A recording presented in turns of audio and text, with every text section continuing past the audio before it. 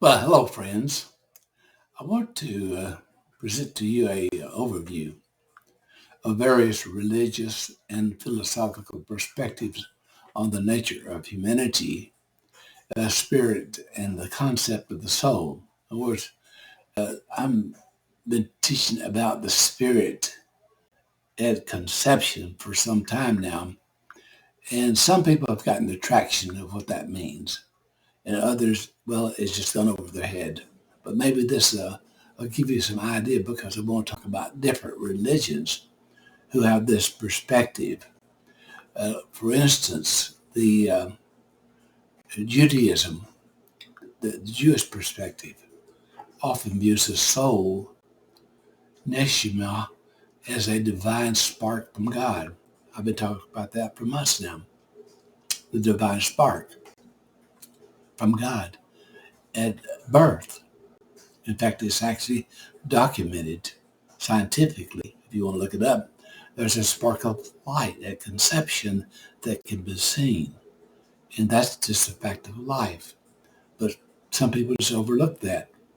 For we become a light being. What's light? Spirit. It's vibrations.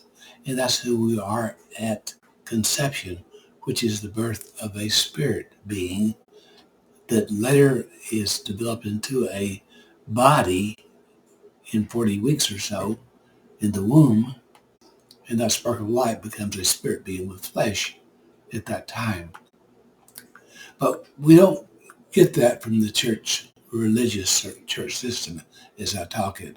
That spark of light is at the beginning, at conception, and the body is seen as a vessel for the soul, which is we're spirit, soul, and body. We talk about that. It's in the scriptures. And Christianity, well, many Christian denominations believe in the concept of the soul being created by God. And that's very common in many different religions. At the moment of conception, the soul seeks truth and knowledge which are seen as forms that existed independently of the physical world. Well, in a sense, that's true because we are spirits at conception, and that spirit comes from the idea that God set it into place. In fact, there's a scripture in Genesis talking about uh, be fruitful and multiply. Be fruitful and multiply. So what do you think that means?